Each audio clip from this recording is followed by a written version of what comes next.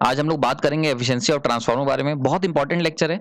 अगर मैं बात करूँ जाऊँ ट्रांसफार्मर की, तो कोई भी एग्जाम आप देख लो, चाहे आपका बीटेक एग्जाम हो, चाहे गेट का हो, चाहे इसरो का हो, यूपीसीएल, सब जगह एफिशिएंसी जो है ट्रांसफार्मर की एक बहुत इंपॉर्टेंट टॉपिक है और ये आना ही चाहिए और one of the most important crucial topics में इसको गिना जाता है। ठीक है, तो हम लोग इसको बारे में देखेंगे, एफिशिएंसी क्या होती है ट्रांसफार्मर की, ये सब कुछ हम लोग इस लेक्चर में सीखेंगे। सबसे पहले मैं इस लेक्चर में आपको 4 बातें सिखाऊंगा। सबसे पहली पॉइंट है कि एफिशिएंसी क्या होती है। दूसरा पॉइंट, ट्रांसफार्मर की एफिशिएंसी से क्या मतलब है। ठीक है, मतलब क्या एफिशिएंट, ट्रांसफार्मर का वेट एफिशिएंट है कि उसकी पावर एफिशिएंट है, उसका ट्रांसफॉर्मेशन रेशियो एफिशिएंट है, इसका क्या मतलब है वो सीखेंगे। थर्ड पॉइंट, लोड का एफिशिएंसी पे क्या असर पड़ेगा, मतलब अगर ट्रांसफार्मर की लोडिंग को कम कर दूं या लोडिंग को बढ़ा दूं तो उससे एफिशिएंसी का क्या असर पड़ेगा। चौथा पॉइंट, फुल लोड और फ्रैक्शनल लोड की एफिशिएंसी में क्या डिफरेंस होता है, यानी कि अगर मैं पूरा लोड लगाया है या आधा लोड लगाया है या 3/4 यानी कि 3/4 लोड लगाया है तो उसका एफिशिएंसी की, ट्रांसफार्मर की जो एफिशिएंसी उस पर क्या असर पड़ेगा और क्या डिफरेंस होगा। ये सारी चीजें हम इस लेक्चर के अंदर सीखने को मिलेंगी। तो सबसे पहले अगर एफिशिएंसी की बात कर ली जाए एक जनरल टर्म की, तो एफिशिएंसी जो होता है वो output generated upon available resources. ठीक है, ये बड़ा इंपॉर्टेंट है, यानी कि आप क्या जनरेट कर रहे हो, आउटपुट क्या बना के दे रहे हो जब आपको available resources as a input दिए हुए हैं, यानी कि मैंने कुछ आपको रिसोर्सेज प्रोवाइड करे। ठीक है, जो भी आपके पास इनपुट की तरह है उससे तुम क्या जनरेट करके दे रहे हो। नीचे वाली टर्म होती है अवेलेबल रिसोर्सेज, ये एक तरीके का रिफरेंस होता है, यानी कि हम एफिशिएंसी किसकी जज कर रहे हैं। जिस भी चीज की एफिशिएंसी जज करोगे वो यहाँ पे पता चल जाएगा। ठीक है, क्लियर हो गया। और आउटपुट जनरेटेड जो होगा वो उसी टर्म्स में होना चाहिए। क्लियर हो गया, यहाँ पे ये बात ध्यान से समझ में आ गई। ठीक, तो जितनी भी जो भी चीज तुम एफिशिएंटली करना चाह रहे हो, मतलब दोनों की दोनों क्वांटिटीज, एक बात याद रखना होगा, दोनों क्वांटिटीज सेम होंगी। यानी कि जब भी आप एफिशिएंसी निकालते हो तो हमेशा एक परसेंटेज में आती है। ठीक है, यानी कि अगर ऊपर आवर्स हैं तो नीचे भी आवर्स है। फॉर एग्जांपल मैंने आपको 10 घंटे दिए, आपने उसमें से 4 घंटे यूटिलाइज करे तो आपकी एफिशिएंसी होगी 4/10, क्योंकि ऊपर आ रहा है नीचे आ रहा है, ऊपर ऊपर नीचे कैंसिल हो जाएगा तो क्या हो गया, न्यूट्रल टर्म होती है। तो याद रखना, एफिशिएंसी जो होती है चाहे किसी भी चीज की हो, हमेशा सेम क्वांटिटीज की एफिशिएंसी निकाली जाएगी, यानी कि ऊपर और नीचे की जो क्वांटिटीज होंगी वो सेम होंगी और इसीलिए इसकी यूनिट लेस होती है, यानी कि एफिशिएंसी कोई यूनिट नहीं होती, हमेशा ये परसेंटेज में निकाली जाती है। ठीक है, और सेम फील्ड में निकाली जाती है, यानी कि अगर आप पर्टिकुलर फॉर एग्जांपल आवर्स की बात कर रहे हो तो आवर्स में एफिशिएंसी होगी, कैलोरीज की बात कर रहे हो तो कैलोरी, ऊपर भी कैलोरी और नीचे भी कैलोरी। ठीक है, इस तरीके से। अगर हम जनरल टर्म की बात करें तो एफिशिएंसी हम लोग बहुत बार सुनते हैं, कहाँ कहाँ सुनते हैं वो देखते हैं। सारे एग्जांपल हमारे सामने हैं। अगर एक इंडिविजुअल हो तो बहुत सारी एफिशिएंसी की बात आपसे सुनने में मिलती होगी, जैसे study efficiency, health efficiency, marks and work efficiency. एक एक करके हम लोग देखेंगे। सबसे पहले अगर बात करी जाए वर्क एफिशिएंसी की, तो ये बहुत कॉमन है, ये आपने कई बार सुना होगा। फॉर एग्जाम्पल अगर आपसे उम्मीद की जा रही कि आप 10 फाइलें कंप्लीट करके दोगे, पर आपने क्या करा, 8 फाइलें कंप्लीट कर दी विद इन द लिमिटेड, यानी कि with in the time slot जो दिया गया था, तो आप 80% एफिशिएंट कहलाओगे। ये आपने बहुत कॉमन सुना होगा कि जो भी टास्क होते हैं या टारगेट होते हैं, फॉर एग्जांपल अगर आपके लीडर ने आपको 10 टारगेट अचीव करने को दिए हैं और आपने उसमें से 9 टारगेट अचीव कर लिए, तो इट इज 9/10, यानी कह सकते हैं हम लोग 90% आप एफिशिएंट हो। ठीक है, तो ये बहुत कॉमन से एग्जांपल हैं जो आपने वर्क में देखे होंगे। ये बहुत प्राइवेट कंपनीज में, इवन गवर्नमेंट एम्प्लॉयज को भी इस तरीके के टारगेट दिए जाते हैं अचीव करने के लिए, तो वहां से उनकी वर्क एफिशिएंसी हम लोग डिटरमाइन कर सकते हैं। इसी तरीके से अगर आप स्टूडेंट हो तो मार्क्स एफिशिएंसी आपके लिए बहुत कॉमन होगा। फॉर एग्जांपल आपने देखा होगा 10th में तुम्हारे मार्क्स आते थे 500 में से, तो जितने में से आउट ऑफ आते थे तो ये तुम्हारा ऐसा इनपुट हो गया, यानी कि मैक्सिमम अवेलेबल रिसोर्सेज जो तुम यूज कर सकते हो, और ये हो गया आउटपुट जो तुम लाए हो, यानी कि 300 आउट ऑफ 500। तो यहां से हम लोग कह सकते हैं ये तुम्हारी मार्क्स एफिशिएंसी बताता है, यानी कि अगर आपके 10th क्लास में 84% आए हैं तो इसका मतलब तुम लोग 84% एफिशिएंट हो अपने एग्जाम में, यानी कि जो भी तुम्हारा रिटन एग्जाम था उसमें आप 84% एफिशिएंसी के साथ आपने काम किया है। तो ये हो गए तुम्हारे मार्क्स एफिशिएंसी। इसी तरीके से हेल्थ एफिशिएंसी हो सकती है। फॉर एग्जांपल आपके अगेन हेल्थ के टारगेट्स हैं कि आप जो है ये 4 एक्सरसाइजेस करोगे और आपने ये 4 में से 3 एक्सरसाइजेस हर दिन कर रहे हो, तो यानी कि हम लोग ये क्या हो गया, आपका हेल्थ एफिशिएंसी हो गई। इसी तरीके से अगर मान लेते हैं फॉर एग्जांपल आप 5 दिन आपने अपने अलॉट करे कि 7 डेज में से 5 डेज आप जिम जाओगे, तो ये क्या हो गई, ये भी आपकी हेल्थ एफिशिएंसी हो गई कि आप कितना अपनी एक पर्टिकुलर हैबिट पे रेगुलर हो। इसी तरीके से स्टडी एफिशिएंसी होती है, यानी कि आपने मार्क करा, आपने सोचा कि मैं जो है 4 आवर्स स्टडी करूंगा, लेकिन आपने 3.5 आवर्स स्टडी करी, तो ये तुम्हारी क्या हो गया, ये हो गई स्टडी एफिशिएंसी। खास बात इन सारे एग्जांपल में देखने वाली है कि ऊपर और नीचे क्वांटिटी सेम होंगी। जो इंपॉर्टेंट चीज है कि ऊपर की जो क्वांटिटी होगी वो, और जो न्यूमरेटर है और जो डिनोमिनेटर है, इन दोनों क्वांटिटी सेम होंगी, सेम यूनिट की होंगी। दूसरी बात, कभी भी एफिशिएंसी तुम्हारी लेस देन और इक्वल टू 100% ही होगी, यानी कि कभी भी 100% को पार नहीं करेगी एफिशिएंसी। ये बात ध्यान रखना, एफिशिएंसी आपकी विद इन 100 और इक्वल टू 100, यानी मैक्सिमम एफिशिएंसी 100 होगी और वरना लेस देन 100 ही एफिशिएंसी बिलोंग करती है। ठीक है, तो ये हो गया कॉमन एग्जांपल। नाउ अगर बात कर ले जाते हैं हम लोग ट्रांसफार्मर की, तो सबसे पहले रोल ऑफ ट्रांसफार्मर समझते हैं। ट्रांसफार्मर का रोल है क्या होता है, तो फॉर एग्जाम्पल इसको मैं बहुत अच्छे एनालॉजी से आपको समझाता हूँ। अगर हमारे पास एक बैंक है और ये एक आपका मीडिएटर है और ये आप हो, ठीक है, तो आपको अगर मान लेते हैं 80 और 20, यानी कि अगर एक एग्जांपल की बात करें कि मुझे 80 रुपए के अगर हम मान लें कि नोट आते हैं और आपको 80 रुपए का एक नोट चाहिए और एक 20 रुपए का नोट चाहिए, तो ये आप जब बैंक से डिमांड करोगे तो बैंक के पास केवल 50-50 के नोट हैं फॉर एग्जांपल, तो बैंक आपके मीडिएटर को 50-50 के नोट देगा। ये आपका मीडिएटर जो है इसका काम है, ये क्या करेगा, इस 50-50 के नोट को 80 और 20 में कन्वर्ट कर देगा और ये आपको मिल जाएंगे। तो देखो यहाँ से बैंक ने जो नोट दिए, इस मीडिएटर ने क्या करा, उसको अलग अलग रेशियो में, जिस रेशियो में आपको जरूरत थी, यानी कि तुम्हें 80 और 20 का नोट चाहिए था तो उसने वैसे दे दिया। अगर आपको 10 और 90 का नोट चाहिए था तो मीडिएटर उस हिसाब से आपको दे देगा। ये काम होता था, ये मतलब एक जनरल लाइफ एग्जांपल है। अगर बात करी जाए इलेक्ट्रिकल पावर सिस्टम की, तो इसी तरीके से ग्रिड जो होती है, ग्रिड ये क्या होती है, ये एक इलेक्ट्रिकल बैंक की तरह होती है और ये पावर सप्लाई करती है। तो ये एक पर्टिकुलर करंट और पर्टिकुलर वोल्टेज में पावर सप्लाई करेगी आपको, ठीक है। और जो आप हो, आपको लेकिन रिक्वायरमेंट है 80 एम्पीयर करंट की और 20 वोल्टेज की, ठीक है, एक एग्जांपल के तौर पे। तो ये क्या करेगा, मीडिएटर की जगह यहाँ पे आ जाता है ट्रांसफार्मर। ट्रांसफार्मर का केवल इतना सा काम होता है कि वो क्या करता है, प्राइमरी जो आपकी ग्रिड है वहां से पावर लेता है और आपको पावर देता है उस रेशियो में, उस प्रोपोर्शन में जिसमें आपको जरूरत है, ठीक है। तो फॉर एग्जांपल सेम जैसे ऊपर मैंने बताया है, इसी तरीके के एग्जांपल नीचे लिया हुआ है। तो देखो ग्रिड जो तुम्हें दे रही थी एक बैंक की तरह, उससे तुमने जो पावर मांगी वो 20 और 80 में दे रही थी, यानी 20 एम्पीयर करंट और 80 वोल्ट, ठीक है। और जो तुम्हें चाहिए वो चाहिए तुम्हें 80 एम्पीयर करंट और 20 वोल्ट। तो ये काम कौन करेगा, ये जो कन्वर्जन काम है, ये तुम्हारे हिसाब से पावर को ट्रांसफॉर्म करने का काम है, इसका काम होता है, ये काम करता है ट्रांसफार्मर, ठीक है। और इसीलिए हम लोग इसे मीडिएटर या ट्रांसफार्मर काम क्या होता है, ट्रांसफॉर्म करना पावर को, ठीक। तो ये वर्किंग समझ में आ गई होगी ट्रांसफार्मर की। नाउ अगर बात करी जाए, ये हो गया आइडियल केस, यानी कि अगर हम प्रैक्टिकल लाइफ में भी देखें तो मीडिएटर अपना भी कुछ अमाउंट चार्ज करता है, ठीक है। ये क्या करता है, कुछ अमाउंट अपना भी चार्ज करेगा, कुछ रुपीज लेगा आपसे, ठीक है। तो ये जो होगा यहां से हम लोग डिसाइड करते हैं एफिशिएंसी। फॉर एग्जांपल अगर मान लेते हैं मीडिएटर तुम्हारा 20 रुपए ले रहा है, ठीक है, और तुमने मांगे 100 रुपए, तो बैंक देगा, एक बैंक से ये मांगेगा 120 रुपए, ठीक है, और 20 रुपए अपने पास रख लेगा और 100 तुम्हें दे देगा, ठीक। तो यानी कि इनपुट कितना आया इसके पास, इनपुट आया 120 रुपए, आउटपुट इसने कितना दिया 100। तो ये हो जाती है इस मीडिएटर की एफिशिएंसी। जैसे हमने पीछे देखा था एग्जांपल में, एफिशिएंसी क्या होती है कि जितना तुम्हारे पास इनपुट आ रहा है और कितना तुम आउटपुट दे रहे हो, ठीक। तो ये आउटपुट जो तुम्हें 20 रुपए दे रहा है, तो जो 100 रुपए दे रहा है, इसके लिए ये बैंक से 120 रुपए चार्ज कर रहा है, समझ रहे हो। तो ये 20 रुपए जो होगा ये हम कहेंगे लॉस हो गया एक तरीके से, ये मतलब समझो लॉसेस का जो प्रैक्टिकल लाइफ से जोड़ सकते हैं हम लोग। तो ये जो 20 रुपए एक्स्ट्रा ले रहा है वो काम करने के, ऑपरेट करने के, इसको हम लोग कह देंगे ये हमारे लिए किसकी तरह है, ये हमारे लिए लॉसेस की तरह है, क्योंकि ये किसी भी तरीके से हमारे लिए यूजफुल नहीं है, ठीक। तो इसने बैंक से 120 रुपए लिए, तो मैं 100 रुपए दिए, 20 रुपए खुद खा गया और वो 20 रुपए हमारे लिए लॉसेस की तरह है। एफिशिएंसी बात करी जाए तो इस मॉडरेटर की, यानी कि इस जो मीडिएटर की जो एफिशिएंसी है वो 100/120 होगी। क्लियर हो गया यहाँ पे। इसी तरीके से ट्रांसफार्मर क्या करता है, ट्रांसफार्मर में भी सेम, अगर आपको सर्टेन अमाउंट की पावर चाहिए तो ये क्या करता है, कुछ पावर अपने पास रख लेता है, यानी कुछ पावर यूज करता है, वेस्ट हो जाती है, उसको हम लोग कहते हैं लॉसेस। देखते हैं ये कैसे होता है। तो देखो यहाँ पे ये दिखा रखा है कि जो भी आप इनपुट पावर दोगे, यानी कि ये जो ग्रिड से, यहाँ से ग्रिड से जो तुम पावर मांगोगे, ठीक है, ये लोड है, यानी कि यहाँ पे तुम हो, ये हम है और हमारे घर का लोड है, ठीक है। तो लोड जो पावर मांगता है वो पी आउटपुट होगी और ग्रिड जो पावर दे रही है वो पी इनपुट है, ठीक है। तो देख सकते हो यहाँ पे 1 2 3 लाइनें एक एग्जाम्पल के तौर पर बताया है, यानी कि एक्स्ट्रा पावर जा रही है, 2 लाइनें आप तक पहुंची और 1 लाइन लॉसेस में चली गई, यानी कि 1 लाइन जो है वो ट्रांसफार्मर ने कंज्यूम कर ली, हीटिंग में कंज्यूम हो गई, नॉइसेस में कंज्यूम हो गई, जहां पे भी अलग अलग तरीके के लॉसेस होते हैं। ये लॉसेस के ऊपर मैं ऑलरेडी लेक्चर बना चुका हूं, आप देख सकते हो जाके, ठीक। तो ग्रिड ने जो भी पावर दी उसका सर्टेन पोर्शन तो जा वो मीडिएटर यानी कि ट्रांसफार्मर ने क्या करा, एब्जॉर्ब कर लिया, लॉसेस की तरह काउंट होगा, वो हमारे किसी काम का नहीं है, और जो बची पावर है वो हमें मिल गई, ठीक। तो अगर हम एफिशिएंसी की बात की जाए, अगर एफिशिएंसी का फॉर्मूले पे देखा जाए तो हम यहां से देख सकते हैं, एफिशिएंसी का फॉर्मूला मैंने बताया था आप लोगों को, क्या होता है, आउटपुट अपॉन इनपुट, ठीक है, आउटपुट अपॉन इनपुट होता है। नाउ आउटपुट अगर बात की जाए तो ये हो गया आउटपुट, ठीक, ये आउटपुट ऐसी लिख दी। इनपुट की बात की जाए तो इनपुट जो जा रहा है वो 2 पार्ट्स में टूट रहा है, 1 और 2, यानी कि लॉसेस में प्लस आउटपुट में। देखो यही तो है, यहाँ से जो पी इनपुट तुम दे रहे हो वो देखो 2 पार्ट्स में टूट रहा है, एक लाइन ग्रीन में और 2 लाइन पिंक में। तो आउटपुट हो गया प्लस लॉसेस हो गया। तो इस फॉर्मूले को मैं ये भी चेंज कर सकता हूँ, आउटपुट इक्वल टू आउटपुट रहेगा और input equal to losses plus output, ठीक है। अब देखो आउटपुट देखो अपॉन में ऊपर भी आउटपुट है नीचे भी आउटपुट है, यानी कि ये दोनों तो सेम क्वांटिटी हो गई, ये दोनों सेम है।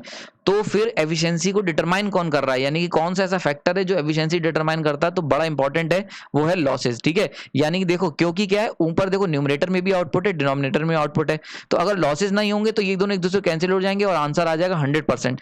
तो कौन सा ऐसा फैक्टर है जो 100% लाने से रोक रहा है, तो वो है तुम्हारा नीचे वाला डिनोमिनेटर में लॉसेज, यानी कि डिफरेंट एट डिफरेंट लोड। अब देखो लॉसेज जो होते हैं, लॉसेज तुम्हारा मेन रोल प्ले करते हैं, जिसकी वजह से एफिशिएंसी फ्लक्चुएट होती है। यानी कि अगर कोई ट्रांसफार्मर है, फॉर एग्जांपल अगर मेरे पास एक ट्रांसफार्मर है T1 और उसमें लॉसेज है L1, दूसरे ट्रांसफार्मर है T2 उसके लॉसेज है L2, और मान लेते हैं L1 जो है 100 वाट के लॉसेज है, L2 जो है वो 200 वाट के लॉसेज है, तो ऑब्वियस सी बात है जो T2 ट्रांसफार्मर है वो ज्यादा पैसा खा रहा है, यानी ज्यादा एनर्जी खा रहा है, तो इसकी एफिशिएंसी जो होगी वो डाउन होगी। ठीक है, ये बात समझ में आ गई होगी लॉसेज का क्या काम होता है। नाउ लॉसेज जो होते हैं वो दो तरीके के होते हैं, ऑलरेडी हम लोग इसको डिस्कस कर चुके हैं। ठीक, तो लॉसेज अभी मैं आगे आपको इसके बारे में एक बार और बताऊंगा, लेकिन आपको ये पता होगा ऑब्वियस चीज है, लॉसेज दो तरीके के जो होते हैं, यहाँ पे देख सकते हैं कौन कौन से लॉसेज होते हैं। तो एक लॉसेज होते हैं कोर लॉस और एक लॉस होते हैं कॉपर लॉस, ये ऑलरेडी मैं आपको पुराने लेक्चर में बता चुका हूँ। ठीक, तो जो कोर लॉसेज होते हैं ये क्या होते हैं, ये इंडिपेंडेंट होते हैं लोड के, सीधी सी बात है कि लोड पे डिपेंड नहीं करते। जो कोर लॉसेज होते हैं ये मशीन में होंगे ही होंगे, चाहे तुम्हारा नो लोड हो चाहे लोड हो। इसके लिए हम लोग टेस्ट भी करते थे, नो लोड टेस्ट भी परफॉर्म किया जाता है। नो लोड टेस्ट में कोर लॉसेज को निकाला जाता है। रीजन क्या है कि ये जो लॉसेज होते हैं कोर लॉसेज, ये फ्रिक्वेंसी पे डिपेंड करते हैं ट्रांसफार्मर की, और आप लोग जानते होंगे कि ट्रांसफार्मर की जो फ्रिक्वेंसी होती है वो कॉन्स्टेंट होती है। ठीक है, तो फ्रिक्वेंसी हो गई या वोल्टेज हो गया, इस पर डिपेंड करते हैं, और ये दोनों चीजें सप्लाई वोल्टेज और फ्रिक्वेंसी दोनों फिक्स रहती हैं, तो इसीलिए कोर लॉसेज भी फिक्स रहते हैं। लेकिन अगर कॉपर लॉस की बात की जाए तो कॉपर लॉसेज जो होते हैं ये तुम्हारे बने होते हैं किससे, कॉपर के अंदर जो लॉसेज हो रहे हैं यानी कि वाइंडिंग लॉसेज, और वाइंडिंग लॉसेज जो होते हैं वो हम लोग जानते हैं कितना होता है, आई स्क्वायर आर होते हैं, यानी कि करंट के स्क्वायर टाइम्स। और मैं आपको इलेक्ट्रिकल इंजीनियरिंग में बता चुका हूं कि जो करंट होता है वही हमारे लिए क्या होता है, लोड होता है। ठीक, बात समझ में आ गई। तो कॉपर लॉसेज जो है ये लोड डिपेंडेंट लॉसेज होते हैं, इसको हम लोग लिखते हैं लोड डिपेंडेंट लॉसेज। ठीक है, तो कॉपर लॉसेज तुम्हारे लोड डिपेंडेंट लॉसेज हो गए, तो इसीलिए क्या होगा, ये जो लॉसेज होंगे ये वेरिएबल हो जाते हैं नेचर में। ओके, नाउ अब बात करते हैं फॉर्मूले की तरफ बढ़ते हैं धीरे धीरे। ये तो हो गया मेजर फॉर्मूला, यानी कि ब्रॉड सेंस में अगर हम एफिशिएंसी फॉर्मूले की बात की जाए तो वो तुम्हारा हो जाएगा efficiency of output power upon input power, output power upon में लॉसेस प्लस आउटपुट पावर। ये अभी हमने पुराने लेक्चर में इसके जस्ट प्रीवियस स्लाइड में यहाँ पे देखा था। ठीक है, नाउ अब बात करते हैं इसको फर्दर और कैसे डिराइव कर सकते हैं डायरेक्ट उस पे, तो उसके लिए हम लोग रिफर टू सर्किट बनाएंगे। रिफर टू सेकेंडरी सर्किट का इसके लिए इस्तेमाल करा जाता है। सेकेंडरी सर्किट क्यों रिफर कर रहे हैं, क्योंकि हमें आउटपुट से डील करना है, और आउटपुट आप लोग जानते हो सेकेंडरी साइड में एग्जिस्ट करता है। ठीक है, तो इसीलिए हम लोग क्या करेंगे, रिफर टू सेकेंडरी सर्किट का इस्तेमाल करेंगे। Now refer to secondary circuit मैं आपको ऑलरेडी प्रीवियस लेक्चर में बता चुका हूं, यहाँ पे जस्ट मैंने वो बना दिया है। तो V1 डैश हो गया क्योंकि हमने रिफर टू प्राइमरी को रिफर टू सेकेंडरी करा है वोल्टेज में। V2 ऐसे ही रहेगा, और ये हो गया इक्विवेलेंट रेजिस्टेंस इक्विवेलेंट रिएक्टेंस। ये अगर आपको डाउट है तो पुराना लेक्चर मेरा देख सकते हो इक्विवेलेंट पैरामीटर्स का। ठीक, तो यहाँ तक समझ में आ गया। नाउ अगर बात करी जाए, ये हो गया तुम्हारा करंट I2 जा रहा है इस equivalent refer to secondary circuit में। Total equivalent resistance R equivalent है, total equivalent reactance X equivalent है। ठीक, तो और अगर मान लेते हैं यहाँ पे मैंने एक लोड लगा रखा है, बड़ा इंपॉर्टेंट है, मैंने एक लोड लगाया हुआ है, ध्यान से समझना। उस लोड का पावर फैक्टर कितना है, cos phi 2 पावर फैक्टर है, यानी कि V2 और I2 के बीच का, यानी कि करंट और वोल्टेज के बीच का जो डिफरेंस है वो कितना है, वो cos phi 2 है। ठीक है, cos phi 2 का पावर फैक्टर लोड है। तो ऐसे केस में आउटपुट पावर कितनी हो जाएगी, तो हम लोग सब लोग जानते हैं आउटपुट पावर हो जाएगी V2 I2 cos phi 2। ये तो बिल्कुल ईजिली आपको पता होगा, ये हम लोगों ने बेसिक्स में जानते हैं हम लोग इलेक्ट्रिकल इंजीनियरिंग के, कि जो एक्टिव पावर होती है वो कितनी होती है, वोल्टेज इंटू करंट इंटू उनके बीच का एंगल। तो देखो V2 I2 cos phi 2 हो गया, ये हो गया active power at the secondary side. ठीक, नाउ अब अगर फॉर्मूले को चेंज करने की कोशिश करें तो आउटपुट पावर की जगह हम लोग क्या लगा सकते हैं, V2 I2 cos phi 2। Output power नीचे भी है तो यहाँ पे भी V2 I2 cos phi 2 हो गया। आयरन लॉसेस को मैं लिख लेता हूँ PI। ठीक है, तो आयरन लॉसेस को हमने PI लिख दिया यहाँ पे। और कॉपर लॉसेस जो होंगे वो कितने होंगे, तो कॉपर लॉसेस तुम्हारे होंगे I2 का होल स्क्वायर R इक्विवेलेंट 2। ठीक है, बड़ा इंपॉर्टेंट है, यहाँ पे R इक्विवेलेंट 2 आएगा, ना कि R2 आएगा, ध्यान रखना। क्योंकि हम लोग जो कॉपर लॉसेस की बात कर रहे हैं वो प्राइमरी के अंदर भी कॉपर लॉसेस हो रहे हैं और सेकेंडरी में भी हो रहे हैं, तो इसीलिए मैंने रिफर टू सेकेंडरी का इक्विवेलेंट सर्किट बनाया। रीजन क्या था, इक्विवेलेंट सर्किट के अंदर जो रेजिस्टेंस होगा वो दोनों का मिला के, यानी कि नेट रेजिस्टेंस। देखो ये चीज मैं पुराने लेक्चर्स में बताया भी है कि ये जो रेजिस्टेंस है ये क्या है, टोटल रेजिस्टेंस है प्राइमरी साइड का भी और सेकेंडरी साइड का भी। ये टोटल लीकेज रिएक्टेंस है प्राइमरी वाइंडिंग का भी और सेकेंडरी वाइंडिंग का भी। तो इसी तरीके से टोटल नेट रिएक्टेंस है और रेजिस्टेंस है। ठीक है, तो यानी कि जो फॉर्मूला आ गया आपके सामने निकल के, ओके, ये बड़ा इंपॉर्टेंट फॉर्मूला है। अभी इसको हम लोग और डिटेल में एनालिसिस करेंगे, बहुत डिटेल में जानेंगे, काफी कुछ मैं आपको बताऊंगा इस फॉर्मूले के बारे में। अभी जो ओवरऑल फॉर्मूला है, efficiency equal to V2I2 cos phi 2, कोई डाउट नहीं होना चाहिए, ये PI हो गया, and this one is the I² 2 into R equivalent 2। ठीक, अब हम अभी तक ये फॉर्मूले में कहीं पे भी हमने ये जिक्र नहीं किया है कि लोड का क्या इफेक्ट होगा, तो लोड का इफेक्ट जानते हैं। लोड अगर बात करी जाए इलेक्ट्रिकल इंजीनियरिंग के लिए, इन इलेक्ट्रिकल इंजीनियरिंग लोड का मतलब होता है करंट डिमांड, बहुत इंपॉर्टेंट है। कई बार मैंने क्लास में भी लेक्चर में बताया है कि जो लोड है उसका मतलब होता है करंट कितनी डिमांड कर रहा है। फॉर एग्जाम्पल, एक मशीन सर्टेन अमाउंट का लोड अगर ड्रॉ कर रही है तो इसका मतलब वो सर्टेन अमाउंट का करंट मांग रही है। ठीक है, तो करंट डिमांड ही जो होता है वो लोड बताता है। ठीक, क्लियर हो गया। तो अगर हम बात करें फुल लोड की, फुल लोड पे IFL लिख लिया। अगर मैं फुल लोड को IFL लिख सकता हूं तो हाफ लोड को क्या लिखूंगा, IFL/2। IFL का मतलब हो गया फुल लोड करंट। तो अगर कोई ट्रांसफार्मर जो है वो फुल लोड पे IFL मांग रहा है करंट, तो हाफ लोड पे कितना मांगेगा, IFL/2 मांगेगा। अगर एक्स लोड पे कितना मांगेगा, सर्टेन लोड, एक्स का मतलब हो गया यहाँ पे, एक्स का मतलब हो गया कोई भी आर्बिटरी लोड, यानी कि रैंडम लोड, किसी भी लोडिंग की बात हो सकती है, मुझे नहीं पता। तो रैंडम लोडिंग पे कितना मांगेगा, एक्स IFL मांगेगा, यानी कि रैंडम लोड जितना भी तुमने लगाया है into full load. Full load, ठीक है। तो एक्स को हम लोग क्या कह सकते हैं, एक्स को हम लोग कह सकते हैं फ्रैक्शन ऑफ लोड, बहुत इंपॉर्टेंट। तो यानी कि फ्रैक्शन ऑफ लोड अगर बात करी जाए तो एक्स जो है ये पैरामीटर बताएगा। यानी अगर तुमसे कहा जाए 3/4 लोडिंग है तो एक्स की वैल्यू कितनी हो गई, 3/4 हो गई, सिंपल सा डायरेक्ट लिख दोगे। ठीक, तो ये चीज समझ में आ गई, इसमें कोई डाउट नहीं होना चाहिए कि फुल लोड का मतलब IFL, हाफ लोड का मतलब IFL/2 और एक्स लोड का मतलब एक्स इंटू IFL। ठीक, नाउ अगर बात करी जाए फ्रीक्वेंसी में क्या, एफिशिएंसी में क्या चेंज आएगा अगर हम लोग फ्रैक्शन लोड लेते हैं ना कि नॉर्मल लोडिंग करते हैं। तो फ्रैक्शन लोडिंग अगर लेनी है अगर, तो हम लोग क्या निकालेंगे, एफिशिएंसी एट लोड। देखो अभी तक पुराने फॉर्मूले में मैंने केवल एफिशिएंसी निकाली थी, ठीक है, वहां पे किसी भी तरीके की लोडिंग फुल लोडिंग की बात नहीं की थी। अब मैं बताऊंगा, यानी कि ये जो है फॉर्मूला यूज बहुत इंपॉर्टेंट है। यहाँ पे हम बात कर रहे हैं एफिशिएंसी एट लोड पे, यानी कि कोई भी लोड हो सकता है। तो ऐसे केस में जो फॉर्मूला हो जाएगा, V2 इंटू आई लोड जो डिमांड कर रहा है इंटू cos phi 2, V2 आई लोड cos phi 2 PI, और यहाँ पे भी आई लोड आ जाएगी। यानी जहां जहां पे आपने आई लिखा था I2, उसकी जगह आप क्या लिख लोगे, आई लोड लिख लोगे। ठीक है, और बात भी सही है, यहाँ पे अगर मैं ये जो I2 करंट है ये किसके बराबर होगा, ये होगा आई लोडिंग के बराबर, यानी कि लोड करंट के बराबर। तो बस उसी को मैंने वहां पे आई लोड लिख दिया है। ठीक, तो अगर पर्टिकुलर लोड की बात करी जाए, कोई भी लोड लगाया हुआ है तो वो जो वोल्टेज सेम रहेगा V2 जो लोड के क्रॉस ड्रॉप हो रहा है, लेकिन यहाँ पे IL आ जाएगा, IL जो पुराना वाला फॉर्मूला। ठीक है, और IL की वैल्यू क्या होगी, तो IL की वैल्यू बहुत इंपॉर्टेंट, स्टार मार्क कर लेना, आई लोड की वैल्यू होगी x time I full load. यहाँ पे मैंने बताया था एक्स, यानी कि कोई भी लोड अगर एक्स लोड है, सर्टेन अमाउंट का लोड है, रैंडम लोड, उसकी वैल्यू कितनी हो जाएगी, एक्स इंटू IFL। तो जो आई लोड करंट है वो कितना होगा, x time full load current होगा। अब लोड कितना, जैसे मान लेते हैं 3/4 लोड है, तो यहाँ पे एक्स की वैल्यू 3/4 रखोगे, आई लोड की वैल्यू कितनी हो जाएगी, 3/4 IFL हो जाएगी। क्लियर हो गया यहाँ पे। तो ये फॉर्मूला बड़ा इंपॉर्टेंट है। ठीक, ओके, ये चीज समझ में आ गई होगी। ये फॉर्मूला स्टार मार्क कर लेना, बहुत इंपॉर्टेंट है, इस पे कई बार गेट में क्वेश्चंस आए हुए हैं। ठीक, तो अगर मैं बात करूं तो मेरे पास 2 फॉर्मूले निकल के आ गए। ठीक है, तो अगर हम बात कर सकते हैं तो देखो, इसको हमने पहला फॉर्मूला निकाल के देखा, वो आया हमारे पास एफिशिएंसी लोड, यानी कि लोड की एफिशिएंसी की बात की जाए V2IL, ठीक है, cos phi 2 V2IL cos phi 2 PI plus IL का whole square R equivalent. Now अब बड़ा इंपॉर्टेंट आ जाता है, अगर हम बात करते हैं सेम फॉर्मूले की इन टर्म्स ऑफ, अगर हम बात, देखो ये है in terms of load current, यानी कि अगर तुम्हें क्वेश्चन में दे रखा है लोड करंट, ठीक है, तो in terms of load current अगर करोगे तो ये वाला फॉर्मूला इस्तेमाल करेंगे, इसको मार्क कर लेना, बहुत इंपॉर्टेंट है। ठीक है, लेकिन अगर तुम्हें क्वेश्चन में दे रखा है in terms of full load current efficiency निकालनी, यानी कि आपको दे रखा है 3/4 करंट लोड लगाया गया है, लेकिन जो जितने भी तुम्हें पैरामीटर्स हैं वो फुल लोड के दे रखे हैं, तो ऐसे केस में आप ये वाला फॉर्मूला यूज करेंगे, कोई खास डिफरेंस नहीं, अभी बताता हूं मैं। ठीक, तो लोड, अगर लोड करंट दे रखा है क्वेश्चन में, सारी चीजें लोड करंट में दी हुई हैं, तो आप ये वाला फॉर्मूला यूज करेंगे। सारी चीजें अगर फुल लोड करंट के टर्म में दी हैं तो ये वाला फॉर्मूला यूज करेंगे। डिफरेंस क्या है, सिंपल सा, यहाँ पे जो मैंने आपको इक्वेशन बताई थी कि आई लोड जो होगा वो x time I full load होगा, तो बस जहां पे आई लोड है वहां पे क्या लगा दो, एक्स आई फुल लोड। ठीक है, यहाँ पे क्या आ जाएगा, एक्स आई फुल लोड, यहाँ क्या आ जाएगा, एक्स आई फुल लोड। देखो यही करा है। ठीक, देखो ये आपके सामने आ गया, x I full load, x I full load and x I full load. ठीक है, तो क्या करा है, सिंपली आई लोड जो था वो मैंने आपको बताया था वो कितना होता है, एक्स आई फुल लोड होता है।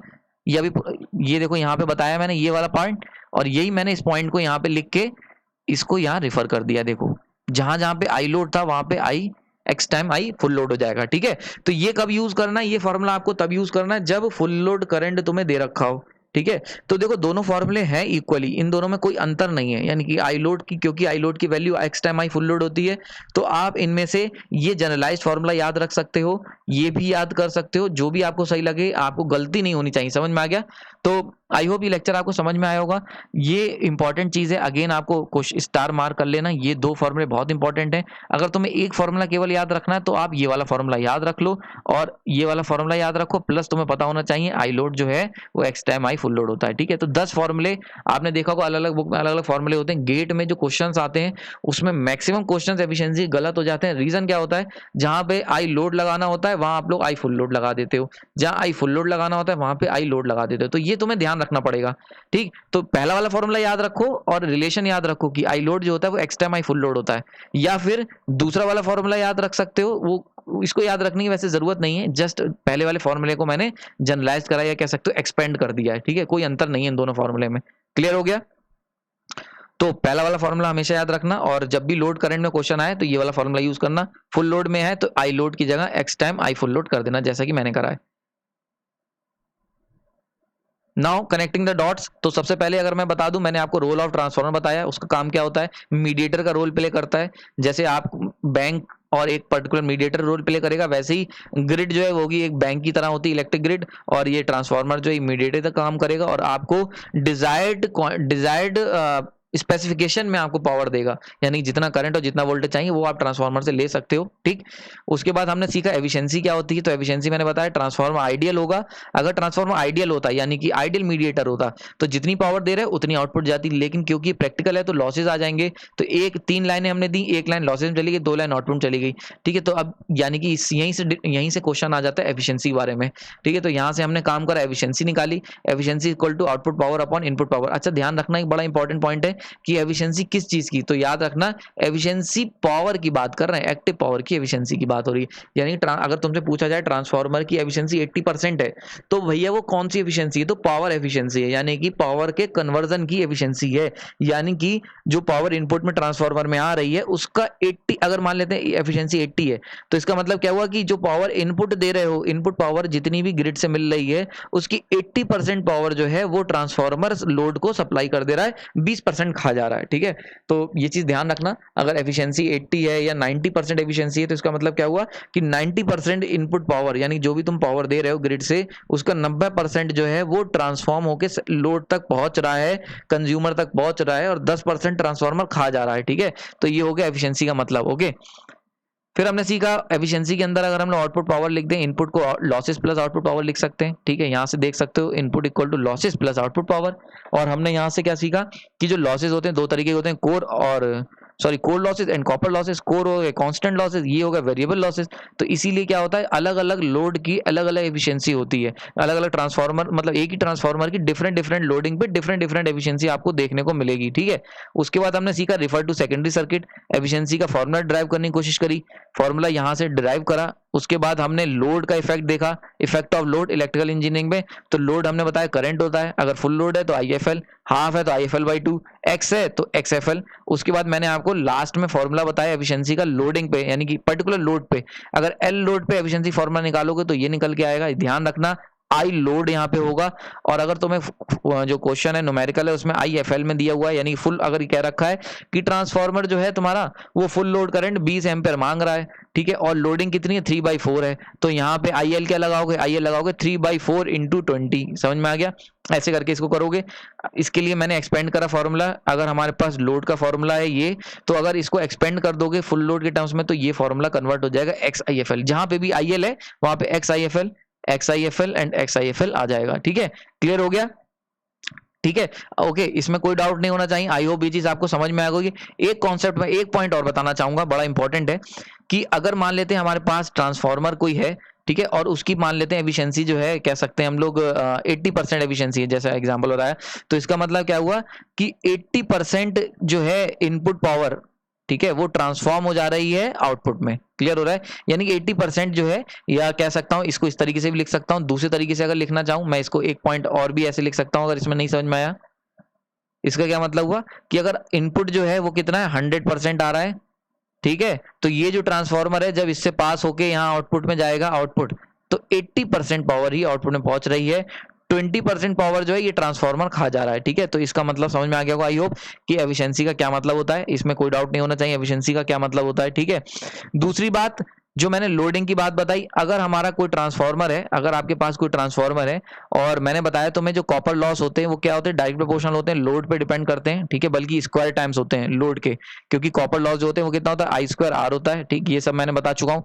तो क्योंकि copper loss I square R होते हैं तो इसलिए स्क्वायर टाइम्स होते हैं लोडिंग के। तो अगर लोडिंग बढ़ाओगे तो लॉसेज जो होंगे वो भी इंक्रीज होंगे, ठीक है, लॉसेस भी इंक्रीज होंगी, ध्यान रखना ये चीज। तो लोडिंग बढ़ने पे लॉसेस पे अफेक्ट पड़ता है और इसीलिए क्या होता है, एफिशिएंसी पे भी अफेक्ट पड़ता है।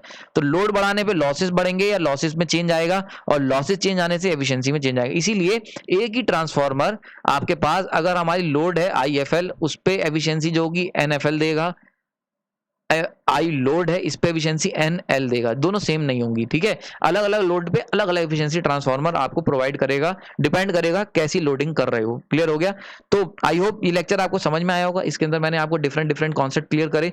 आने वाले लेक्चर के अंदर हम लोग बात करेंगे मैक्सिमम एफिशिएंसी की, जो कि एक बहुत प्राइम ऑब्जेक्टिव होता है हम लोग का, इंजीनियर्स का, कि हम लोग की जो मशीन हम लोग डिजाइन कर रहे हैं वो इस तरीके से की जाए कि उसमें एफिशिएंसी मैक्सिमम मिले। तो इसको हम लोग देखेंगे नेक्स्ट लेक्चर में। तब तक के लिए धन्यवाद।